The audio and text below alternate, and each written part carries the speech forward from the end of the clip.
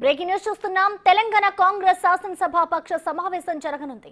CM Revanth Reddy అధ్యక్షతన జరిగే ఈ సమావేశానికి పార్టీ రాజ్యసభ అభ్యర్థి అధికార ప్రతినిధి అభిషేక్ సింఘ్వి హాజరు కానున్నారు. ఈ సందర్భంగా ఆయనను పార్టీ ఎమ్మెల్యేలకు సీఎం పరిచయం చేయనున్నారు. రుణమాఫీ హామీని అమలు చేసినందున వరంగల్లో ఈ నెల 20న కృతజ్ఞతా సభను ఏర్పాటు చేయాలని, దీనికి పార్టీ అగ్రనేత రాహుల్ గాంధీని ఆహ్వానించాలని కాంగ్రెస్ యోచిస్తోంది. అదే రోజు రాజీవ్ గాంధీ జయంతి కూడా కావడంతో సచివాలయం ఎదుట ఆయన విగ్రహాన్ని ఏర్పాటు చేయనున్నారు. ఆ కార్యక్రమానికి పార్టీ అగ్ర నాయకురాలు సోనియా గాంధీని కూడా ఆహ్వానించబోతున్నట్లుగా సమాచారం.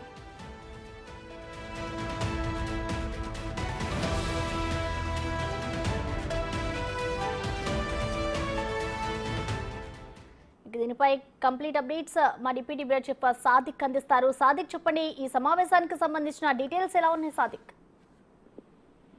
ప్రసన్న, సాయంత్రం 7 గంటలకు నానక్రామ్ గూడలోని ఉన్నటువంటి హోటల్ శరావన్లో సిఎల్పి సమావేశం ఉండబోతుంది. ఇది పార్టీ ఏర్పడిన తర్వాత రెండవ సిఎల్పి సమావేశం. ప్రభుత్వం ఏర్పడిన తర్వాత ఈ రెండోది కావడంతో ప్రాధాన్యత సంతరించుకుంది. ప్రధానంగా రాష్ట్రంలో ప్రభుత్వం అమలు పరుస్తున్నటువంటి సంక్షేమ పథకాలు పార్టీ పరంగా మరింత ముందుకు ఏ విధంగా తీసుకెళ్లాలపై ఈ సిఎల్పి సమావేశంలో చర్చ కొనసాగుతుంది. ప్రధానంగా గత ముఖ్యమంత్రులు కూడా సిఎల్పి సమావేశాన్ని ఏర్పాటు చేసి అటు ప్రభుత్వము ఇటు పార్టీ రెండు రకాలుగా ముందుకు పోయే లక్ష్యంగా అయితే తీసుకెళ్లారు. అదే ఒరవడితో ముఖ్యమంత్రి రేవంత్ రెడ్డి కూడా ఈ సిఎల్పి సమావేశాన్ని ఏర్పాటు చేయడం జరిగింది. ఈ సమావేశానికి 98 మందికి ఆహ్వానం పలికారు.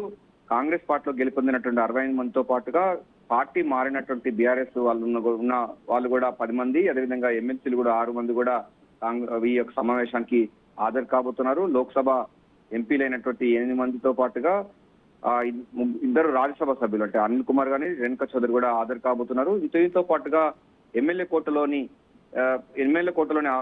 ఒక ఎమ్మెల్సీ స్థానానికి అంటే ఒక ఎంపీ స్థానానికి గాను ఏకగ్రీవ తీర్మానం చేయాలని పార్టీ భావించింది. ఈ నేపథ్యంలో ఇప్పటికే అభిషేక్ మన్ సింగ్ కి పేరు ఖరారైంది. ఆయన కూడా ఈ సమావేశానికి అయితే వస్తున్నారు. ఉదయమే రావడం జరిగింది. దీంతో పాటుగా ఇటీవల గవర్నర్ కోటలో ఎమ్మెల్సీగా ప్రమాణ స్వీకారం చేసిన కోదండరాం, అమీర్ అలీ ఖాన్ కూడా ఈ సమావేశంలో పాల్గొంటారు. కొచ్చుకుంట్ల దామోదర్ రెడ్డి, పట్టం మహేందర్ రెడ్డి కూడా ఈ సమావేశంలో పాల్గొంటారు. ప్రధానంగా చూసినట్లయితే సిఎల్పి సమావేశంలో పార్టీ మరింత ముందుకు ఏ విధంగా తీసుకెళ్లాలి అన్న దానిపైన ఒకటి, అదేవిధంగా రైతు రుణమాఫీ సంబంధించిన 2 లక్షల రుణమాఫీ ఇంకా ఎట్లా తీసుకెళ్లాలని మరొకటి, కార్పొరేషన్ చైర్మన్ల విషయంలో తీసుకోవాల్సిన జాగ్రత్తలు, నామినేట్ పదవులు సంబంధించిన విషయంలో చర్చగా జరుగుతున్న నేపథ్యంలో దానిపైన కూడా ఈ సమావేశంలో చర్చించబోతున్నారు.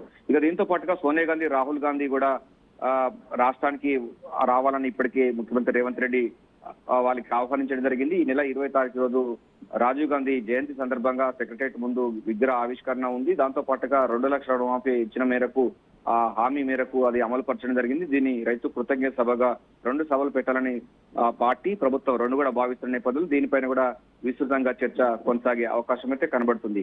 ఏదైనప్పటికీ పార్టీలో కొంత చేరికల తర్వాత కొంత గ్యాప్ వస్తున్న నేపథ్యంలో దీన్ని సమన్వయం ఏ విధంగా పరచుకోవాలి, ప్రభుత్వానికి పార్టీకి మధ్య అనుసంధానంగా సిఎల్పి ఎట్లా పనిచేయాలనిపైన ముఖ్యమంత్రి రేవంత్ రెడ్డి అయితే దిశ నిర్దేశించబోతున్నారు. ఈరోజు సాయంత్రం 7 గంటలకు జరగబోయేటట్టు సిఎల్పి సమావేశంలో చాలా రాజకీయ అంశాలతో పాటుగా పార్టీ అనుసరించాల్సిన వ్యూహాలు, బీఆర్ఎస్ పార్టీని ఎట్లా ఎదుర్కోవాలి, వాళ్ళు సోషల్ మీడియాలో పార్టీ పైన ప్రభుత్వం పైన ప్రబలంగా చేస్తున్న నేపథ్యంలో దాన్ని ఏ విధంగా అడ్డుకోవాలని పైన కూడా ముఖ్యమంత్రి రేవంత్ రెడ్డి, పిసిసి చీఫ్ రేవంత్ రెడ్డి అయితే దిశ నిర్దేశించబోతున్నారు. Prasanna, thank you Sadiq.